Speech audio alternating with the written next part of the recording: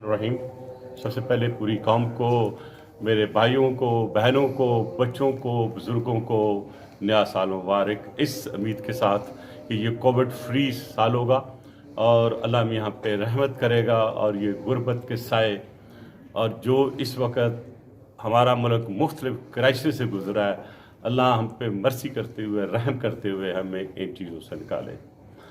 होना क्या है उसका पूरा माहौल आप आज सेनेट हाउस में देख लें। मुझे ऐसा लग रहा है कि अब हमारी सेनेट जो है वो एक कोर्ट बन गया है। दोनों तरफ से वकील बात करते हैं और जो चेयरमैन है वो चेयरमैन ज़रूर हैं लेकिन पावरलेस है, वो फैसला नहीं कर सकते कोई। तो अगर आप अकाउंटेबिलिटी के तौर तरीक़ों पे जाएं तो इब्ने खल्दून ने कहा था कि किसी मुल्क की, किसी कौम की अकाउंटेबिलिटी उस वक्त तक नहीं होती जब तक वो ट्रायंगुलर ना हो। उसमें ब्यूरोक्रेसी की, उसमें आपकी जुडिशरी की और पॉलिटिकल, तो तीनों की जब किट्ठी एक ही यार्ड स्टिक से होगी तो फिर आप ये कह सकते हैं कि अकाउंटेबिलिटी है। हम इस अंदाज से, जिस अंदाज से चल रहे हैं, ये सिवाय लड़ाई झगड़े के, ब्लेम गेम से कुछ नहीं मिलेगा। हम ये चाहते हैं, देखें दुनिया के हर मुल्क में दो चीज़ें लाज़िमुल मलज़ूम होती हैं, एक अकाउंटेबिलिटी और इंटेलिजेंस। अनफॉर्चुनेटली इस वक्त अकाउंटेबिलिटी भी जो जिस अंदाज से ब्लेम गेम हो रही है आपके सामने है, और जो हमारी इंटेलिजेंस एजेंसी से और हमारी फोर्सेस पे हमले हो रहे हैं वो भी आपके सामने हैं। मैंने हमेशा बावजूद पॉलिटिक्स की बात की है और मैंने ये भी कहा था कि $3 बिलियन पाकिस्तान में आए हैं जो कि इस्तेमाल होंगे फोर्सेस को बदनाम करने के लिए। मैं आज भी उस पर कायम था। आज मेरा बोलने का प्रोग्राम था लेकिन चेयरमैन साहब ने कहा नहीं, अब नेक्स्ट टर्म में बोलें, क्योंकि पहले पार्लियामेंट लीडर्स बोलेंगे उसके बाद दूसरों को मौका दिया जाएगा। जब आएगा तो मैं कुछ ऐसी हकीकतें बताऊंगा। मैं 50 साल से अकाउंटेबिलिटी ही की आंख मिचोली खेलता रहा हूँ। तो एक FIA के ऑफिसर की हैसियत से फिर हेड किया FIA को, वो देखता रहा। फिर मैं मिनिस्ट्री ऑफ इंटीरियर की सिक्योरिटी कमेटी का हेड रहा as a chairman, as a bureaucrat. फिर उसके बाद मैं इंटीरियर मिनिस्टर बना। ड्यूरिंग दिस टाइम मैंने पार्लियामेंट में रह के मैंने अकाउंटेबिलिटी भी देखी, मैंने पार्टियों का हाल भी देखा, मैंने पार्टियों की डीलें भी देखी। तो जब कोई चीज़ भी पाकिस्तान में एक ख़ास मकसद के तहत चलनी है तो फिर उसका हल और उसका जो गहरा बुरा असर है वो एक कॉमन मैन पे है। आज कॉमन मैन जो है वो गरीब है। मेरी दुआ है कि 21 गरीबों के लिए बेहतरी लाए।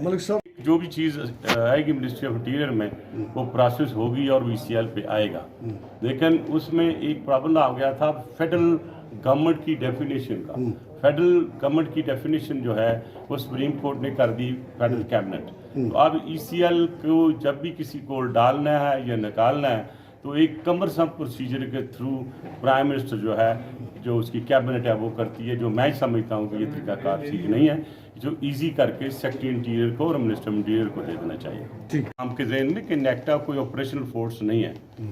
ये इंटेलिजेंस गैदरिंग उस इंटेलिजेंस को जो मुख्तलिफ एजेंसियों से आती है, इसमें कहा जा रहा है स्टडी करके सूबे जो है वो तावन नहीं कर रहे, और ये अब सूबे का तावन नहीं कर रहे तो फिर आप भी तावन करें ना। दोनों हाथों से ताली बजती है लेकिन अनफॉर्चुनेटली ताली सही नहीं बज रही है। और लगता है ये जिस तरह तालियां बज रही हैं, हम सॉरी टू से पता नहीं कौन सी तालियां बज रही हैं, तो ये मुल्क के लिए ठीक नहीं है।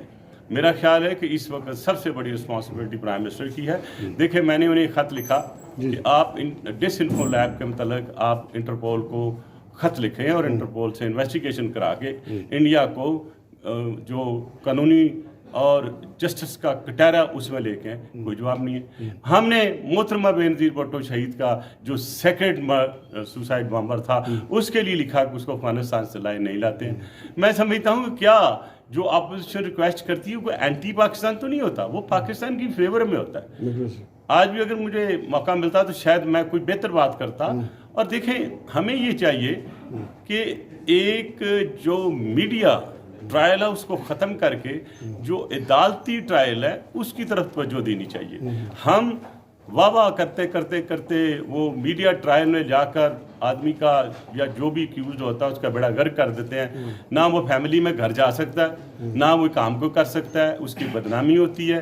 बहरहाल ये एक रिस्ट्रिक्शन लगानी चाहिए, जो कानून होना चाहिए कि जब तक अदालत आलिया से आखिरी फैसला नहीं आ जाता उस वक़्त ये बात नहीं होनी चाहिए कि आप हर एक पे इल्ज़ाम लगाएं। जैसे मैंने आज कहा कि आसिफ अली जरदारी जो हैं वो आज यहाँ मौजूद नहीं है सेनेट में, लिहाजा उनके खिलाफ बात न करें क्योंकि वो जवाब नहीं दे सकते उनका।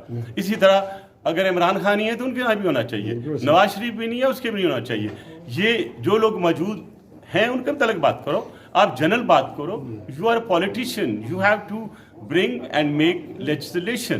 तो जब हम लेजिस्लेशन की बजाय हम भी इसको अपने जो इस वक्त आपका हाउस है इसको एक मीडिया का एक एंकर का प्रोग्राम बना लेंगे तो फिर बाद ये भी लोग देखा करेंगे चलो यार छोड़ो है ये टीवी का दूसरा एंकर का प्रोग्राम छोड़ के पीटीवी पीटीवी का प्रोग्राम आ रहा है वहाँ पे सेनेट से, चलो वो देख के जो कर रहा है। मैं समझता हूँ कि अगर एनडीएम में ना आता तो जो कुछ हो रहा वो भी ना होता। मैंने 27 पॉइंट्स दिए थे, बहुत से पॉइंट एनडीएम ने जो हैं वो किए। मैंने सुप्रीम कोर्ट भी पेश हुआ, वहाँ भी मैंने तफसील दी, लेकिन मुझे अफसोस के साथ कहना पड़ता है कि अस्पतालों में जगह नहीं है, लोगों के पास ऑक्सीजन नहीं है। इस वक्त बहुत लोग मर रहे हैं जो कि अभी तक लॉक भी नहीं हो रहे। एक फिगर आ रही होती है और उस फिगर को ज़रा थोड़ा सा सही तरह से देख लेना चाहिए कि ये फज फिगर तो नहीं है। मैं समझता हूँ कुछ स्कूलों को खाली करा के वहाँ पे they should try to bring in कोई कम से कम वहाँ पे ऑक्सीजन दे सकें, जो बेसिक मेडिसिन हैं वो दे सकें। वो इसलिए कि हर एक को बेसिक मेडिसिन की जरूरत है लेकिन वो नहीं मिल रही। आम आदमी के लिए तो कुछ भी नहीं है। आपने 1 मिलियन सिर्फ वैक्सीन मंगवाई है, उसमें से स्टाफ को लगेगी और कुछ वीआईपीज को लग जाएगी। कॉमन मैन फिर बेचारा मुंह तकता रहेगा, यार कुछ सुना था वैक्सीन आई थी, वैक्सीन नामी कोई चीज़ थी। तो इसको वैक्सीन नामी चीज़ रखने की बजाय ये ओमनी प्रेजेंट करें for every Pakistani free of cost. और ये जो मास्क है ये फ्री करें, ये हुकूमत सप्लाई करे लोगों को, और ये यहाँ ख़त्म होने वाली नहीं है, जनवरी में ये और बढ़ेगी।